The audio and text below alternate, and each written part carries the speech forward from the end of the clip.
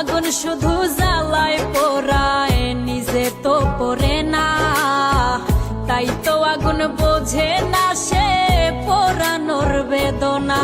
বন্ধু তোমার স্বভাব তো